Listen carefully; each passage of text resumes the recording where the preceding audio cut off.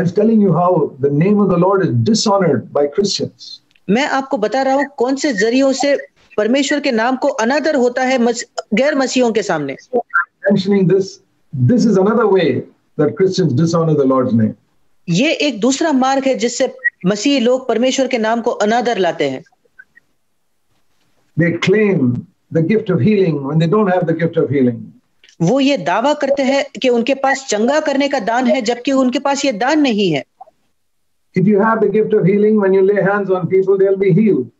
अगर आपके पास लोगों को चंगा करने का दान है तो आप जब लोगों पर हाथ रखोगे तो वे चंगे हो जाएंगे। Don't talk about it if you don't have the gift. अगर आपके पास ये दान नहीं तो इसके बारे में बात ना करें। There's so many ways in which Christians bring dishonor to God's name. ये कई तरीके हैं जिसके वजह से मसीही लोग परमेश्वर के नाम को अनादर लाते हैं। Do you know that Jesus never spoke in tongues? क्या आप जानते हो कि यीशु मसीह ने कभी भी अन्य भाषाओं में नहीं बोला? Why? क्यों?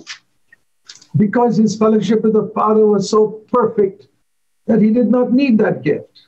क्योंकि उसके पिता के साथ उसकी संगति इतनी परिपूर्ण और सिद्ध थी कि कभी उसको इस दान की आवश्यकता नहीं थी। That is a gift given to us because of the limitation of our human flesh. और हमें यह दान इसलिए दिया है क्योंकि हमारा ये जो मानवीय शरीर है इसमें कई सीमाएं हैं।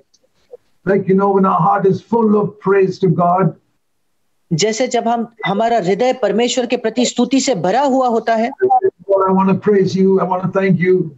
और हम कहते हैं कि प्रभु मैं तेरी स्तुति करना चाहता हूँ, मैं तुझे धन्यवाद देना चाहता हूँ। I start praising the Lord in English or Hindi or any language. और मैं परमेश्वर की स्तुति करता हूँ अंग्रेजी में, हिंदी में या किसी और भाषा में। I find I cannot do it more than 1 minute. मैं देखता हूँ कि मैं 1 मिनट से अधिक वो नहीं कर पाता। Nobody can do it. कोई भी नहीं कर सकता। You try to praise the Lord for 1 minute. आप कोशिश करके देखें कि आप प्रभु की स्तुति 1 मिनट तक कीजिए। Without repeating yourself. अपने आप को दोहराए बिना। You say, I praise you, Lord. और आप कहो कि मैं प्रभु आपकी स्तुति करता हूँ। Don't repeat that phrase again. और फिर एक बार इस वाक्य को दोहराना नहीं। Thank you, Lord.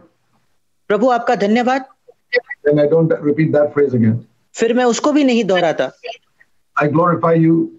मैं आपको महिमा देता हूँ। You are blessed, Lord.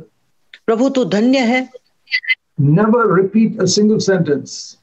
एक भी वाक्य को दोहराना नहीं। And you'll find you cannot praise the Lord even for 1 minute. और आप पाओगे कि आप 1 मिनट से ज्यादा प्रभु की स्तुति नहीं कर सकते। All the time people praise, they are just repeating themselves.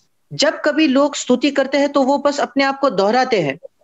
And so what does God do? और इसलिए प्रभु क्या करता है? My heart is full of praise to the Lord. यहाँ मेरा हृदय परमेश्वर के प्रति स्तुति से भरा हुआ है। So many things he's done for me. उसने जो मेरे लिए किया है, इतनी बातों के लिए मैं उसको धन्यवाद देना चाहता हूँ। The English language is so limited. पर ये जो इंग्लिश लैंग्वेज है ये बहुत सीमित है। Or Hindi also. या Hindi. So God gives me another language. और इसलिए परमेश्वर मुझे एक नई भाषा देता है। Where I can keep on speaking. जहां मैं बोलते रह सकता हूँ। It's a language I never learned. ये एक ऐसी भाषा है जो मैं कभी नहीं सीखा। In English and Hindi we have all told lies. और इंग्लिश और हिंदी में हम सब ने सिर्फ झूठ कहे हैं। We have got angry in that language. हम उसी भाषा से हम क्रोधित हुए हैं। God gives me a language in which I have never committed a single sin. पर प्रभु मुझे एक ऐसी भाषा देता है जिस भाषा में मैंने कभी पाप नहीं किया। I can communicate to Him. ताकि मैं उससे बातचीत कर पाऊं। It's not for me to show off before other people what gift I have. ये दूसरे लोगों के सामने दिखाने के लिए नहीं कि मेरे पास क्या दान है। God never gives us a gift to show off to other people. प्रभु कभी हमें दान नहीं देता ताकि हम दूसरों के सामने उसको दिखाए। But that is what people are doing with this gift of tongues, and it is bringing such dishonor to God's name. पर इस अन्य भाषा के दान के साथ लोग यही करते हैं और इसके वजह से प्रभु के नाम को इतना अनादर होता है। Walk as Jesus walked means to walk in purity and goodness and love. जैसे यीशु मसीह चला वैसे चलने का मतलब है कि हम प्रेम में और शुद्धता में चले। Even if you never have the gift of tongues, it doesn't matter. यद्यपि आपके पास कभी भी अन्य भाषा का दान न हो, कोई फर्क नहीं पड़ता। Jesus never spoke in tongues. यीशु मसीह ने कभी अन्य भाषा में नहीं बोला। You can walk as Jesus walked even if you don't speak in tongues. आप यीशु मसीह के जैसे चलते हो, अगर आप अन्य भाषा में न बोलो तो भी You can overcome sin like he did. आप उसके जैसे पाप पर विजय पा सकते हो। See, one of the great deceptions that the devil has put upon Christianity और एक बड़ा फंसाने के काम जो शैतान ने मसीहों में किया है, he has told Christians Jesus was different from you. और शैतान ने लोगों को, मसीहों को बताया कि यीशु आपसे अलग था। He was God, so you can never live like he lived. वो परमेश्वर था, इसलिए वो जैसे जिया आप कभी नहीं जी सकते। It is true, he is God, and that's why I worship him. और ये सच्चा है कि वो परमेश्वर था और इसलिए मैं उसकी आराधना करता हूँ। But when he came to earth, he became a man just like you and me. पर जब वो इस पृथ्वी पर आया तो वो आपके और मेरे जैसे एक मनुष्य बना। This is one of the great truths written in the Bible. और ये एक बड़ा सत्य है जो बाइबल में लिखा गया है। It is called the secret of living a godly life. और एक ईश्वरीय जीवन का रहस्य, ऐसे इसको कहा गया है। Turn to 1 Timothy chapter 3, और पहला तिमुथियुस उसका 3 अध्याय verse 16. और उसका 16 वचन। We are concerned that the name of Jesus, which has been dishonored by Christians in India, should be glorified in the days to come. और हमारी ये चाहत है कि प्रभु का नाम, यीशु मसीह का नाम जो भारत में उसको अनादर मिला है, उसको हमारे वजह से उसको महिमा मिलनी चाहिए। Then here is the answer to that. और फिर उसका जवाब यहाँ है। In the Living Bible, it paraphrases like this.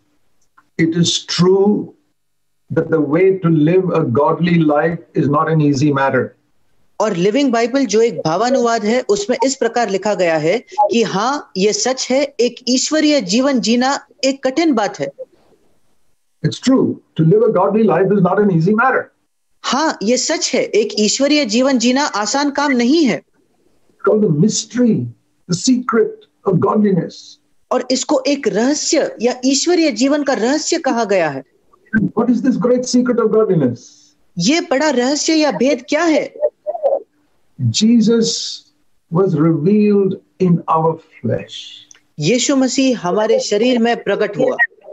And even though he came in our flesh, he was pure in his spirit. और भले ही वो हमारे शरीर में आया, पर वो अपनी आत्मा में बिल्कुल शुद्ध था। See, isn't that our problem? We have a flesh and we can't keep our spirit pure.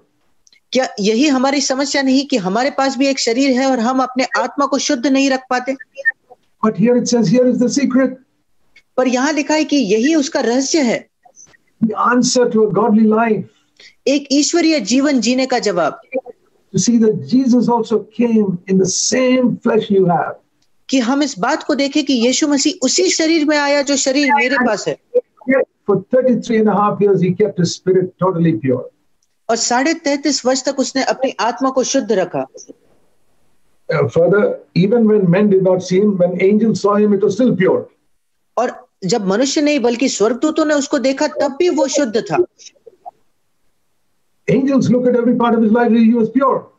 और स्वर्गदूतों ने उसके जीवन के हर भाग को देखा और कहा कि वो शुद्ध है। This is what we proclaim among the nations.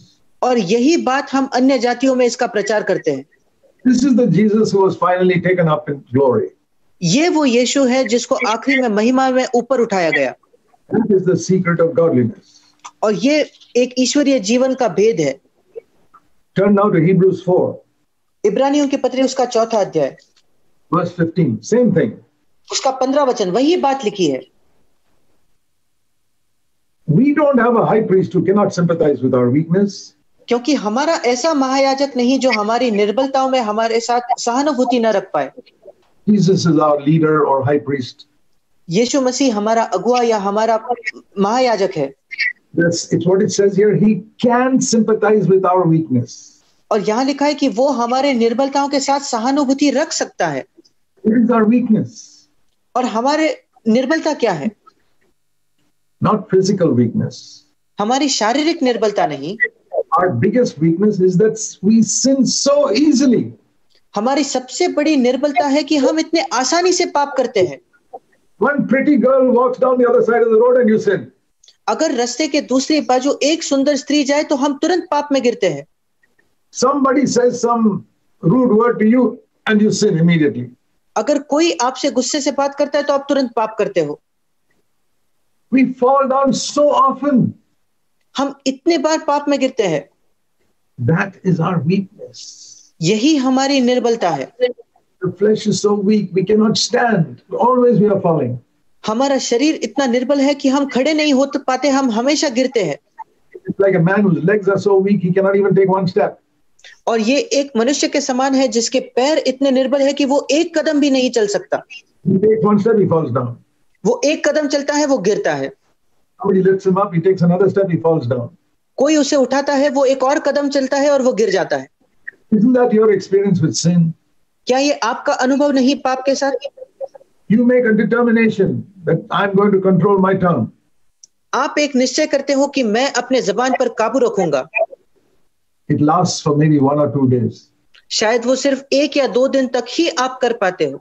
You say, I'm going to control my eyes. It lasts for 1 or 2 days. आप कहते हो कि मैं अपने आंखों पर नियंत्रण रखूंगा, वो बस 1 या 2 दिन तक टिकता है। Now you need to learn the secret of living a godly life. अब आपको एक ईश्वरीय जीवन जीने का भेद सीखना है।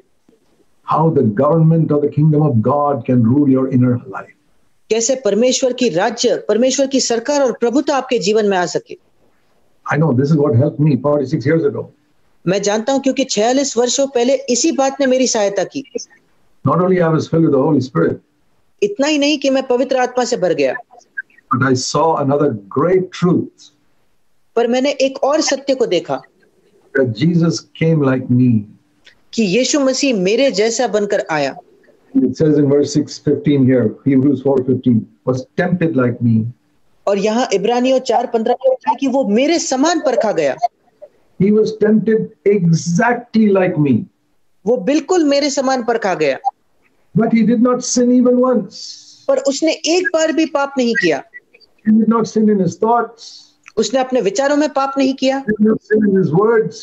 उसने अपने शब्दों से पाप नहीं किया, He did not sin in his actions. उसके कामों से उसने पाप नहीं किया। In his attitudes to people, he was always loving, always loving. और लोगों के प्रति उसका जो रवैया था वो हर समय प्रेम करता, हर समय प्रेम करता था। All the time, he never went out of love. हर समय वो कभी भी प्रेम से बाहर नहीं गया। His attitude was always without sin. उसका रवैया हर बार पाप रहित था। The moment your heart does not love somebody, you are in sin. जिस क्षण आपका मन किसी से प्रेम नहीं करता, आप पाप कर चुके हो। If you hate one person in the world, there's sin in your life. अगर इस संसार के एक व्यक्ति से भी आप घृणा करते हो तो आपके जीवन में पाप है। If you have not forgiven one person, there's sin in your life. अगर आपने एक भी व्यक्ति की क्षमा नहीं की तो आपके जीवन में पाप है। Jesus never sinned. यीशु ने कभी पाप नहीं किया। And in the motive with which he did things, also there was no sin. और जिस मकसद से उसने बातों को किया उसमें भी पाप नहीं था। Sometimes you can do a good thing. कई बार आप एक अच्छे काम को कर सकते हो। Like preaching, it's a good thing. जैसे प्रचार करना, ये एक अच्छी बात है। But a lot of people do it to make money. पर कई लोग इसको करते हैं पैसा बनाने के लिए। A lot of people write Christian books to make money. कई लोग मसीही किताबें लिखते हैं पैसा कमाने के लिए। Writing a Christian book is a good thing. मसीही किताब लिखना एक अच्छी बात है। But when you do it to make money, it becomes a sin. पर जब आप इसको पैसा कमाने का जरिया बनाते हो तो ये एक पाप है।